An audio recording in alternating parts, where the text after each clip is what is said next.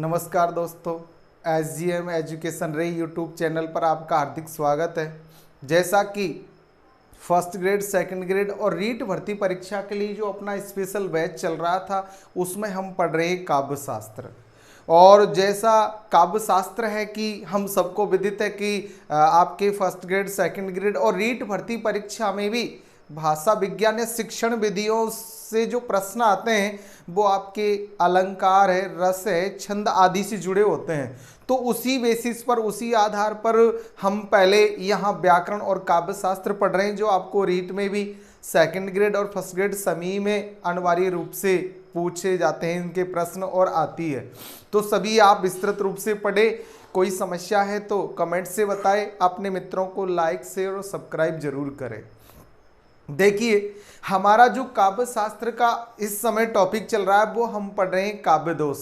इससे पूर्व हमने काव्य गुण पढ़े थे, जिसमें आपने ओज गुण, प्रसाद गुण और माधुर्य गुण को पढ़ा। अब उसी क्रम में हम आपके काव्य दोष पढ़ रहे हैं। काव्य की जो रस आदि को समझने में जो सहायता देने वाले तत्व होते हैं वो तो गुण कहलाते हैं, और उसमें कठिनाई उत्पन्न करने वाले, बाधा उत्पन्न करने वाले तत्व होते हैं रस के अपकर्ष में, वो कहलाते हैं आपके दोष। तो दोष पढ़ रहे हैं। काव्य के दोषों को लेकर विद्वानों की मतों को आचार्य मम्मट है, आचार्य विश्वनाथ है, जगन्नाथ है आदि के मतों को हमने पढ़ा। उसी क्रम में हमने पहला जो दोष है वो भी पढ़ लिया था, जो क्लिष्टत्व दोष, यानी कि ऐसा दोष जो अपने आप में क्या है, कठिन हो। अब उसी क्रम में हम यहाँ दूसरा, तीसरा, चौथा और पांचवा दोष पढ़ रहे हैं। इससे पूर्व अपना जो पहला दोष हमने पढ़ा था वो था श्रुति कटुत्व।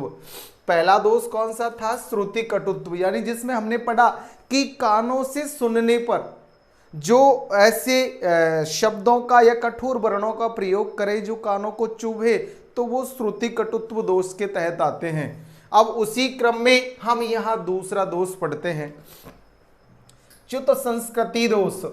जब कोई शब्द व्याकरण के नियमों के विरुद्ध प्रयुक्त होता है, व्याकरण के जो नियम है उनके विरुद्ध प्रयोग में लिया जाता है, तब भाषा के संस्कार के गिर जाने के कारण वहां च्युत संस्कृति दोष होता है। यानी कि वो भाषा का जो संस्कार है, भाषा का जो स्टैंडर्ड है, मानक, उससे गिर जाते हैं, तो वो गिर जाना ही च्युत संस्कृति दोष कहलाता है आपके। तो यहां संस्कारों से, भाषा के संस्कार से गिर जाने से, दूर होने से वो च्युत संस्कृति दोष में आता है। जैसे उमड़ते पड़ते सरबृंद थे, तो यहाँ उमड़ते के स्थान पर उमड़े होना चाहिए, तब ये भाषा का जो संस्कार है उसके अनुसार शब्द होता। लेकिन उमड़ते पड़ते सरबृंद थे, तो यहाँ उमड़ते हैं होने की वजह से, ये अपने भाषा के संस्कारों से या व्याकरण के नियमों के अनुकूल नहीं होने से च्युत संस्कृति दोष में आता है। दूसरा, क्षण भर रहा उजाला में, तो यहाँ उजाला जो शब्द है, यहाँ तो उमड़ते का उमड़े और यहाँ क्षण भर रहा उजाला में, तो उजाला के स्थान पर उजाले होना चाहिए था। ऐसे ही आपके तीसरा, तत्व वचन तब सीता बोला, तो बोला की जगह यहाँ होनी चाहिए डोली, सॉरी, तत्व वचन तब सीता बोली, तो हरि प्रेरित लक्ष्मण मन डोला, तो यहाँ इस प्रकार सीता बोला की जगह सीता बोली होता। तो ये व्याकरण के नियमों के अनुकूल होते। अब व्याकरणों के जो नियम हैं उनसे गिर जाने से, उनके विपरीत या प्रतिकूल होने से यह च्युत संस्कृति दोष है अपना। इसी प्रकार जो तीसरा ग्रामत्व दोष, देखो नाम से ही हमें पता चल रहा है, जैसे यहाँ भी संस्कारों से गिरने से च्युत संस्कृति दोष कहलाया, ऐसे ही ग्रामत्व, यानी जिस काव्य में ग्रामीण शब्दों की अधिकता हो वहां कौन सा दोष हो जाएगा? ग्रामत्व। जब कभी अपनी भाषा में गवारू या बोलचाल की भाषा के शब्दों का प्रयोग करता है, तो उसमें प्रांतीय या देशज शब्द आ जाने से ग्रामत्व दोष होता है या कहलाता है। जैसे टूटी खाट पर टपकत टटिया टूटी, तो यहाँ टटिया शब्द है, ये ग्रामीण बोलचाल की भाषा का शब्द है। हेरत हेरत हरि क्यों रस खाने बतायो ने लोग लुगाइन ने, तो ये लुगाइन शब्द है, ये ग्रामीण शब्द है। मूंड पे मुकुट धरे सोहत गोपाल, तो ये मूड शब्द है, ये भी ग्रामीण शब्द है, इसलिए यहां आपके इस काव्य में कौन सा दोष आ गया है, ग्रामत्व दोष। यानी कि जब आप अपनी भाषा में गवारू या बोलचाल की भाषा के शब्दों का प्रयोग कर देते हैं काव्य में, तो वहां कौन सा दोष आ जाता है, ग्रामत्व दोष। चौथा दोष अश्लीलत्व दोष।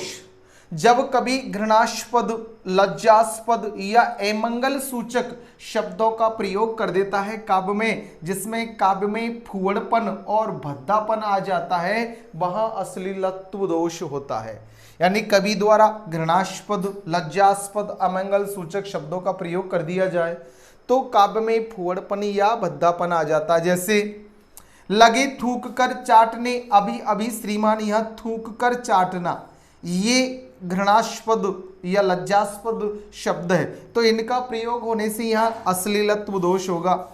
रावण के दरबार में स्थित अंगद पाद, या पाद का पद या चरण होना चाहिए, लेकिन ये थोड़ा शब्द है वो घृणास्पद या लज्जास्पद या अमंगल सूचक शब्द का प्रयोग करने से अपान वायु आदि के अर्थ में भी पाद शब्द का प्रयोग करते हैं, इसलिए। तीसरा जी भूतन दिन पितृग्रह ले पग यह गुरुदान, तो यहाँ भूतन शब्द आया है, ये भी आपके घृणास्पद या अमंगल सूचक शब्द है। तो इस प्रकार हमने देखा कि जब काव्य में घृणास्पद, लज्जास्पद या अमंगल सूचक शब्दों का कवि द्वारा प्रयोग कर दिया जाता है तो वो काव्य में फूहड़पन या भद्दापन आ जाता है, वहां अश्लीलत्व दोष होता है। ऐसे ही पांचवा दोष है क्लिष्टत्व दोष। क्लिष्टत्व शब्द से ही पता चल रहा है कि जहां कठिनता हो, जहां किसी शब्द का अर्थ तुरंत समझने में कठिनाई हो, वहां क्लिष्टत्व दोष होता है। किसी भी काव्य की रचना को समझने में थोड़ा कठिनाई हो तो वह क्लिष्टत्व दोष होता है। जैसे हेमसुता पति बहन प्रिय, तुम इसमें रत्ती ना फिर। हेमसुता, हेम यानी हिमालय की पुत्री जो पार्वती, उसके पति के वाहन यानी नंदी है, उसके प्रति तुम्हारा जो स्नेह प्रेम उसे कम मत करो।